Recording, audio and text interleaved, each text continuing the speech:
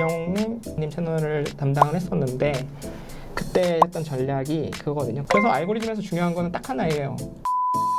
채널이 빨리 크거든요. 그래서 저는 유튜브 채널 관리 서비스를 하고 있는 주임찬이라고 합니다. MCN에 다니다가 퇴사하고 요새는 개인 크리에이터 분들 채널 관리 서비스를 해드리고 있고 제작도 조금씩 하고 있습니다. 유튜브를 보다 보면은 그 알고리즘이라는 키워드가 되게 많이 눈에 띄더라고요.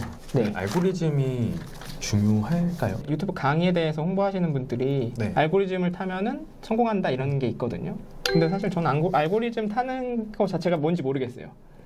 그러니까 하나 터지면 쭉 터진다는 뜻인지 알고리즘에서 어떤 부분을 알면 내 채널을 띄울 수 있는 뜻인지 잘 모르겠는데 알고리즘에서 알 건 딱 하나거든요.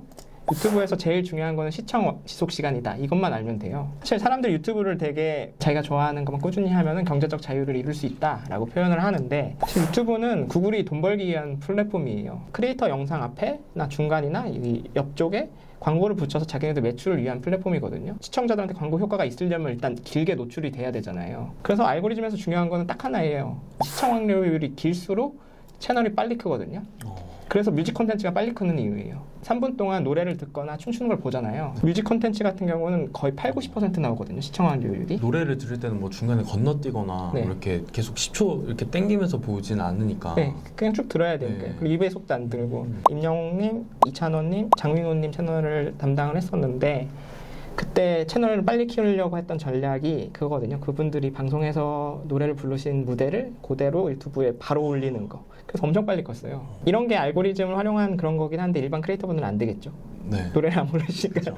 그래서 커버곡이나 커버 댄스도 빨리 크는 이유가 그거예요. 뮤직 콘텐츠 자체가 시청 활률이 높아가지고 추천이 많이 돼가지고 이제 빨리 크는 거거든요. 일반 크리에이터분들이 알고리즘에 대해 알 거는 알고리즘 타고 안 타고가 중요한 게 아니라 알고리즘 핵심은 시청 활률이다. 처음에 이제 막 유튜브를 시작했을 때 좀 채널을 성장시킬 수 있을 만한 팁 한 3가지 정도를 알려주실 수 있을까요? 팁이라기 하긴 좀 그런데 뭔가 꼭 알아야 되는 부분들이 있긴 하거든요. 첫 번째로는 유튜브에 대해서 항상 사람들이 얘기를 하는 게 자신이 좋아하는 것만 꾸준히 하면 성공한다인데 그게 틀린 말이거든요. 자신이 좋아하는 거 안에서 시청자가 좋아하는 걸 해야 성공하는 게 유튜브예요.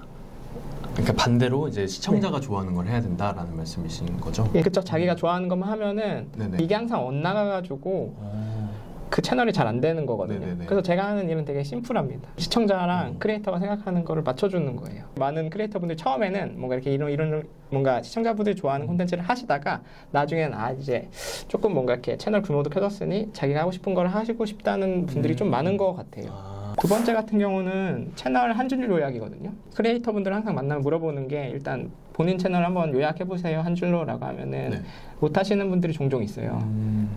이 방향성이 없는 거거든요. 명확한 한 줄이 있어야 자신이 채널이 어느 방향으로 갈 수도 있고 아까 말씀드린 시청자가 내 채널에 대해 원하는 이미지랑 이게 맞나 틀리나도 알 수가 있고 다른 채널을 분석을 할 때도 한 줄 요약해서 분석을 하는 거거든요. 예를 들어서 내 채널은 재테크 채널이야 뭐 이런 식으로 얘기를 할 수 있어야 된다는 거예요. 그렇죠. 근데 뭐 재테크 채널이야라고 하는데 뭔가 이렇게 큰 카테고리 말고 여행 채널로 얘기를 하면은 그러니까 여행도 되게 여러 종류가 있잖아요. 그래서 내 채널은 현지에 가서 현지인과 티키타카하는 여행 채널이야. 이렇게 세분하게 들어가야죠. 아니면 어떤 분들은 그냥 내 채널은 자연 환경을 제대로 보여주는 여행 채널이야. 아니면 다른 분 같은 경우는 나는 여행에 대한 정보, 여행지에 대한 정보를 정확하게 전달해주는 여행 채널이야. 라고 이렇게 딱 한 줄 요약이 되거든요. 셋 다 다르거든요. 방향성이. 약간은 조금 더 세부적인 느낌이네요. 그래서 요거에 따라서 시청자들이 모이고 요거에 따라서 가는 거거든요. 세 번째 팁은 그러니까 무작정 트렌드를 쫓지 말라고 말씀을 드리긴 하거든요. 예를 들어서 뷰티 크리에이터가 갑자기 여행을 가도 되긴 하겠죠. 근데 갑자기 방향을 바꿔서 해외여행만 가면은 기존의 이제 뷰티 크리에이터, 뷰티 팬들이 다 떨어져 나가는 거거든요. 그리고 뭐 예를 들어서 콘텐츠의 형태? 요새 숏폼이 뜬다라고 한 2년 전부터 엄청 얘기 많이 했잖아요. 숏폼이 대세다 막 이런 얘기를 되게 많이 했는데 사실 숏폼이랑 롱폼이랑 그냥 그대로 있어요. 숏폼을 본 사람도 있고 롱폼을 본 사람도 있어요. 5분 순삭 채널에서 1등인 조회수 2,400만짜리가 그 3시간짜리 하이킥 스토리거든요. 그러니까 롱폼은 그대로 있고 숏폼도 그대로 있는데 다 숏폼의 대세다라고 얘기를 하는데 아예 숏폼이 불가능한 카테고리도 있거든요. 그러니까 정보 전달하는 카테고리는 숏폼이 불가능해요. 왜냐하면 뭐 역사에 대해 얘기하는데 1분 요약할 수 없잖아요. 정리하자면은 첫 번째로는 크리에이터 분도 좋아하면서 시청자가 좋아하는 것을 해야 된다. 그리고 두 번째 같은 경우는 본인의 채널은 무조건 한 줄 요약을 할 줄 알아야 된다. 세 번째 같은 경우는 트렌드를 무작정 쫓지 말고 일단 자기 것부터 챙기고 쫓아라거든요. 유튜브를 처음 시작하시는 분들이 조금 주의해야 될 점은 좀 그런 게 혹시 있을까요? 유튜브로 돈 벌 생각은 1년 동안 안 하시는 게 좋거든요. 1년 동안이나요? 왜냐면 국세청 통계가 있는데 대한민국에 있는 유튜브 크리에이터들의 뭐 하위 50%라고 표현을 하더라고요. 네. 그분들의 연평균 수익이 40만 원이라고 하더라고요. 그러니까 한 달에 100만 원 버는 분들이 그렇게 많지 않아요. 유튜브로 단기간 수익화가 이게 잘못된 말이라고 말씀드리는 이유가 연예인 산업이랑 크리에이터 산업이 똑같거든요. 탑이 다 먹는 구조예요. 탑이 나머지를 다 먹여 살리는 회사가 있으면 탑이 나머지를 다 먹여 살리는 구조거든요. 네. 이효리님이 인스타로 뭐 광고를 했을 때 모든 사람들이 다 줄을 섰었잖아요. 광고주분들이. 네.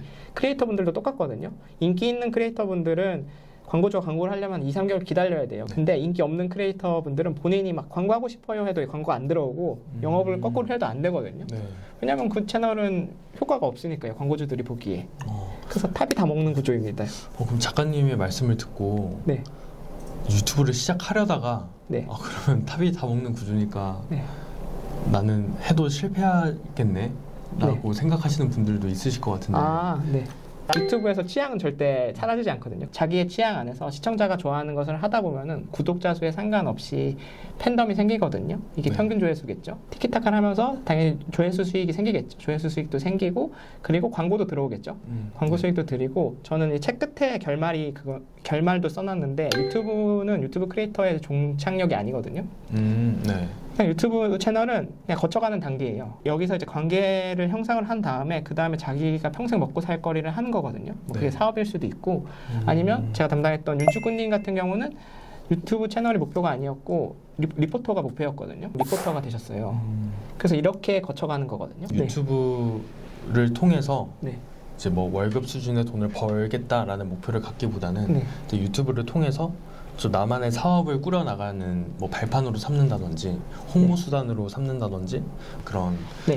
식으로 좀 활용을 해야 된다라는 말씀이에요. 네. 근데 거기서 제일 중요한 거는 유튜브를 통해서 나의 찐팬을 모아서 제일 중요한 그쵸. 건 네. 관계 비즈니스. 책을 쓰시게 된 계기가 혹시 있으실까요? 첫 번째 이유가 그동안에 유튜브에 관한 강의나 책들 같은 경우에 좀 두 가지가 잘못됐다고는 생각을 항상 했었어요. 첫 번째로는 유튜브에 대한 강의가 그런 게 되게 많거든요. 초단기간에 수익화가 가능하다. 월 1,000만 원 이런 게 네. 있고 두 번째 같은 경우는 어떤 유튜브에 대한 성공 공식이 이거다. 성공 법칙이 이거다라고 강조하시는 분들이 있어요. 이 두 가지가 잘못됐다고 생각이 들거든요. 네네. 유튜브는 초단기간 수익화가 가능할 수도 있는데 그 장기적으로 이어지진 않아요. 만약 2016년도 그때 정도면 괜찮겠죠. 왜냐하면 플랫폼 선점 효과가 있으니까 그때 당시에는 경쟁자가 없었거든요. 네. 지금 같은 경우는 완전 과포화된 시장이잖아요. 네네. 결과적으로는 이게 단기간에 뜨면은 바로 빠지거든요. 제가 어떤 담당한 분이 한 분이 있긴 한데 이분이 뭐 웹예능 엄청 유명한데 나와가지고 2만에서 일주일 만에 15만이 됐어요. 외부적인 요인 때문에 그 분야의 트렌드가 좀 꺼졌고 그분의 채널이 죽었거든요. 그럼 아예 안 들어오더라고요. 저는 항상 네. 크리에이터분들한테 얘기하는 게 네. 대박 조회수는 독이라고 항상 말씀을 드리거든요. 대박 터지면 그 당시에는 엄청 좋아하죠. 네네. 왜냐면 구독자 수도 많이 늘니까. 네. 근데 그만큼 빨리 들어왔다 빨리 빠지는 거라서 그리고 저는 유튜브를 항상 관계 비즈니스라고 생각을 하는데 이게 네. 콘텐츠를 만드는 크리에이터가 사람이고 보는 것도 사람인데 사람과 사람 간의 관계를 형성하는 게 유튜브거든요. 오히려 천천히 시간을 들여서 탄탄하게 팬들을 형성한 채널이 더 약간 훌륭한 채널이고 이게 관계 비즈니스의 표본이라고 생각을 합니다. 그리고 두 번째 같은 경우는 성공 법칙이 존재하지 않는 이유가 유튜브를 보는 사람이 시청자라고 말씀을 드렸잖아요. 네네. 근데 이런 유튜브 책이나 강의들이 항상 공급자 입장에서 써졌거든요. 네. 이걸 따라하면 너네들은 무조건 유튜브를 성공할 수 있어 라고 얘기를 하는데 콘텐츠의 성패는 무조건 시청자가 결정을 하거든요. 크리에이터분들이 아무리 뭐 이거 대박 날 거야 해도 대박 안 나는 경우도 많고 아니라고 생각하는 콘텐츠가 대박 나는 경우도 많거든요. 코리인이라는 곳에서 김태호 PD님이 어떤 세미나를 진행을 하셨어요. 그래서 거기 진행하시는 분이 김태호 PD님한테 OTT랑 제작사 중에 누가 힘이 센가 이런 걸 여쭤보셨어요. 네. 그래서 김태호 PD님이 말씀하신 게 하나도 안 중요하다. 제일 중요한 건 시청자다라고 말씀을 해주셨거든요. 네. 그래서 시청자가 안 보면 OTT도 무너질 수도 있고 제작사도 무너질 수 있는 거니까 제일 센 건 시청자다라고 말씀을 하셨는데 저도 네. 유튜브에 똑같이 적용된다고 생각을 하거든요. 성공 법칙이나 성공 공식 같은 경우는 공급자 입장에서 얘기를 하는 거고 아무리 크리에이터들이 노력을 해도 네. 시청자 마음은 모르니까 성공 법칙은 존재할 수가 없어요. 또 우리나라 사람들 뭐 특성이라면 특성일 수 있는 약간 공약 같은 거를 맞아요. 좀 원하는 그런 경향도 있는 것 같고 네. 또 거기에 맞춰서 책이 됐든 강의가 됐든 그런 걸 만드는 것이 문제였지 않을까라고 생각을 하신다는 말씀이시죠? 유튜브라는 플랫폼 자체가 되게 트렌드에 민감한 플랫폼이긴 하잖아요.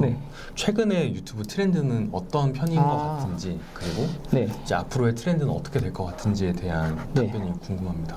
일단은 이제 콘텐츠적으로 바라봤을 때 첫 번째로는 힐링이거든요. 요즘 크리에이터분들한테 말할 때 더 이상 자극적인 콘텐츠를 하지 말라고 말씀을 드려요. 그 신경끄기 기술 작가 마크 맨션인가 그분이 전 세계에서 가장 우울한 나라가 한국이다라고 하신 거 아세요? 한국이 이 초고도 엄청 빠르게 성장을 한 대신에 이 속에서 발생한 뭐 엄청나게 과열된 경쟁 속에서 사람들이 다 우울해졌다고 이야기를 하거든요. 신문이나 뭐 책들을 보면은 점점 더 살기 어려워진다고 경제가 얘기를 하잖아요. 그래서 제 생각에는 요즘의 세대는 1인 가구가 아니고 외로움의 세대라고 생각을 하고 유튜브를 통해서 조금 힐링을 얻고 싶다고 생각을 해요. 태계일주가 작년 MBC에서 그 연예 대상을 받고 상위 6개인가 7개 탔잖아요. 근데 이게 단순히 세계 여행 때문에 1등을 한 게 아니거든요. 기본적인 해외여행 프로그램들이 갖는 요소들은 다 갖고 있어요. 뭐 자연환경도 있고 되게 그분들끼리 티키타카도 있는데 기안84님 같은 경우가 되게 나레이션으로도 되게 힘이 되는 말들을 하거든요. 이왕 태어난 거 좀 기쁘게 살다가 행복하게 살다 가자고 하면서 그런 부분들에 대해서 계속 초점을 맞춰줘요. 본 것 같아요. 그 사막에서 맞아요. 태계일주의 댓글을 보면은 시청자분들이 태계일주 보면은 항상 힐링이 된다고 얘기를 해요. 그래서 저는 태계일주가 1등을 한 이유가 단순히 해외여행이라는 프로그램이 아니라 힐링 때문에 됐다고 생각이 들거든요. 다른 카테고리를 봐도 되게 힐링이라는 말이 되게 많아요. 예전부터 좀 보고 있던 게 총면명님의 그 혼밥러라는 시리즈가 있거든요. 직장 끝나고 집에 와서 맛있는 거 시켜 먹고 그게 다거든요. 영상톤으로 표현한 것인데 거기서 사람들이 엄청 힐링을 얻는다고 하더라고요. 왜냐면 자기 다 혼자 있는데 집에 와서 자기도 그렇게 하니까 그런 따뜻한 감성에 힐링을 얻는다고 하고 그리고 리주라이쿠님이라고 있어요. 이분은 브이로그거든요. 이분의 그 아드님이 유준이라는 친구가 있는데 팬분들이 유준이를 보면 그렇게 힐링이 많이 된다고 하더라고요. 뭔가 하루에 힘겨웠던 것들이 다 씻겨져 나가는 느낌이라고 얘기를 하고 그리고 요새 또 토크쇼가 엄청 유행이잖아요. 토크쇼도 보면 잘 되는 토크쇼는 자극적인 콘텐츠가 아니거든요. 막 시끄럽고 정신없는 콘텐츠가 아니고 소소한 웃음을 좀 이끌어내면서 인생관을 담아줄 수 있는 토크쇼가 되게 조회수가 잘 나와요. 그런 게 다 제 생각에는 지금 사람들이 유튜브에서 힐링을 얻고 싶구나를 표현한 거라고 생각이 들어요. 두 번째는 시청 형태거든요. 핸드폰이 있으면은 대부분의 사람들이 이렇게 유튜브를 본다고 생각을 하잖아요. 근데 제가 봤을 때 유튜브의 시청 형태가 이제 듣는 거거든요. 코로나 때 사람들이 집에만 갇혀있기 시작해서 그때부터 이제 듣는 거에 좀 발달이 됐거든요. 익숙해졌거든요. 왜냐면 그때 클럽하우스 기억나세요? 클럽하우스도 엄청 핫했었잖아요.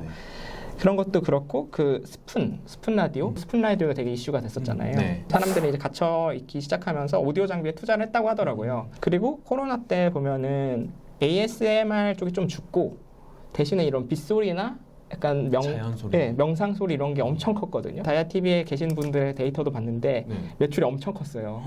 듣는 거에 익숙해진 상태인 거죠. 그 다음에 토크쇼가 된 거예요. 웹예능이 예전에 막 어디 가서 뭘 하거나 이런 거였는데 요즘엔 다 토크쇼거든요. 핑계고 채널을 보면은 핑계고 채널 댓글 속에서 그런 얘기를 해요. 핑계고는 최고의 밥 친구다 이런 얘기를 하거든요. 팟캐스트 같은 경우도 뭐 잘 모르시는 분들도 많은데 유튜브에서 공포 라디오 이런 게 엄청 크거든요. 카테고리가 민담 썰풀기 이런 것도 있고 뭐 19금 얘기를 해주는 것도 있어요. 슈카월드님도 제 생각에는 듣는 콘텐츠가 될 수 있다고 생각이 들거든요. 굳이 뭐 화면을 보고 싶은 사람 봐도 되는데 그냥 틀어놔도 되잖아요. 뉴스나 이런 것처럼. 클립당 뭐 한 20분 하니까 맞아요. 밥 먹을 때 딱 틀어놓기 좋은 분량이긴 하거든요. 네, 맞아요. 보는 콘텐츠도 좋지만 틀어놓는 콘텐츠도 해야 된다.